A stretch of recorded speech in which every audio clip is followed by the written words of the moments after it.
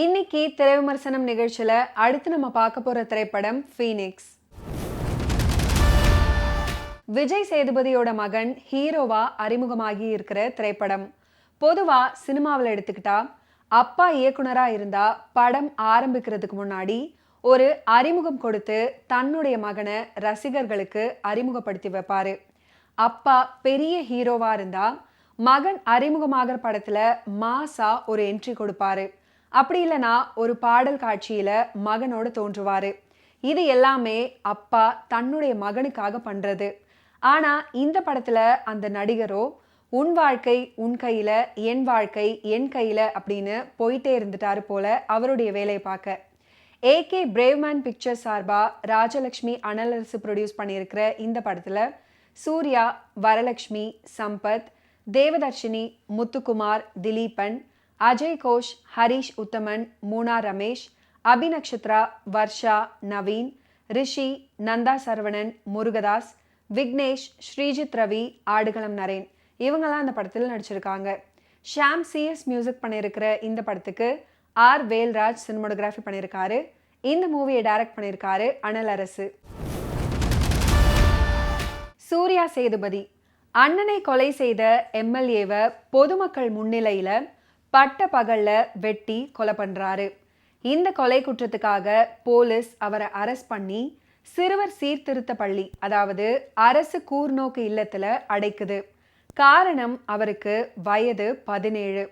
வரலட்சுமி சரத்குமார் எம்எல்ஏவோட மனைவியான இவங்க கணவனை கொலை பண்ண சூர்யா சேதுபதிய சிறுவர் சீர்திருத்த பள்ளியில வச்சே அவரை காலி பண்றதுக்காக பிளான் பண்றாங்க.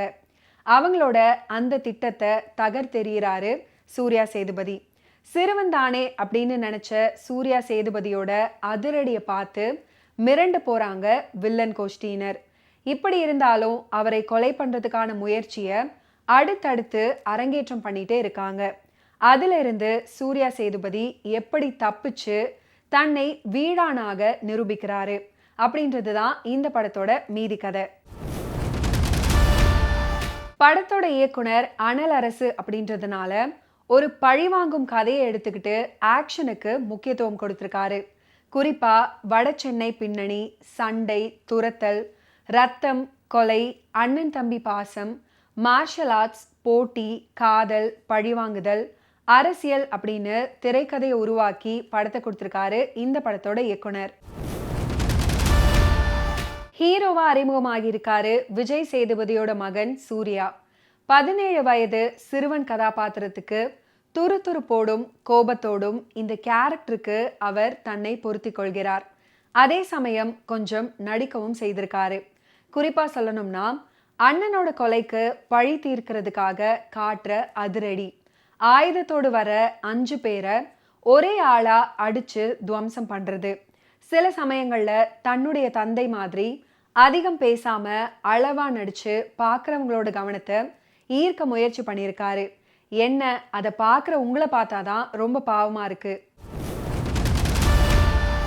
ஹீரோவோட அம்மாவாக தேவதர்ஷினி, வில்லனா எம்எல்ஏவாக சம்பத்ராஜ், எம்எல்ஏவோட மனைவியாக வரலட்சுமி, ஹீரோவோட அண்ணனா நடிச்சிருக்கிற காக்கா முட்டை விக்னேஷ், அரசியல்வாதியாக அஜய் கோஷ், போலீஸாக நரேன், ஹரிஷ் உத்தமன், அவருடைய பாடி லாங்குவேஜ் மற்றும் கிண்டல் தனமான வசனங்கள், சிறை அதிகாரியாக வர்ற சினிமோட்டோகிராஃபர் வேல்ராஜ் மற்றும் படத்தில் நடிச்சிருக்கிற மற்ற ஆர்டிஸ்டான அபிநக்ஷத்ரா, வர்ஷா, முத்துக்குமார், திலீபன், மூனா ரவி, நவீன், காயத்ரி, அட்டி, ரிஷி உட்பட எல்லாருடைய நடிப்பும் கதாபாத்திரத்துக்கு பொருத்தமாகவே இருக்கு. இந்த படத்தோட சினிமோட்டோகிராஃபர் ஆர் வேல்ராஜ் ஆக்ஷன் காட்சிகளை அதிரடியாக மட்டுமில்லாம கதை சொல்லும் வகையிலும் காட்சிப்படுத்தி இருக்காரு இந்த படத்தோட ஒளிப்பதிவாளர். குறிப்பா சொல்லணும்னா சிறுவர் சீர்திருத்த பள்ளியோட ஒரு அறை, நீதிமன்றம், கலப்பு தற்காப்பு கலை போட்டி. இசையமைப்பாளர் சாம் சிஎஸின் பின்னணி இசை மற்றும் மதன் கார்கி, விவேகா, லோகன், வித்யா இவங்களோட லிரிக்ஸ் கதையோட உணர்வுகளை இசையோடு இயல்பா பார்வையாளர்களுக்குள்ள கடத்துது. Editor Praveen KL, art director K Madan, நடன இயக்குனர் Baba Bhaskar, Johnny, stunt director Anal Arasu உட்பட தொழில்நுட்ப கலைஞர்களோட பணி படத்தின் நிறைவு. மீண்டும் அடுத்த வாரம் திரை விமர்சனம் நிகழ்ச்சியில சந்திப்போம். அதுவரை நன்றி, வணக்கம்.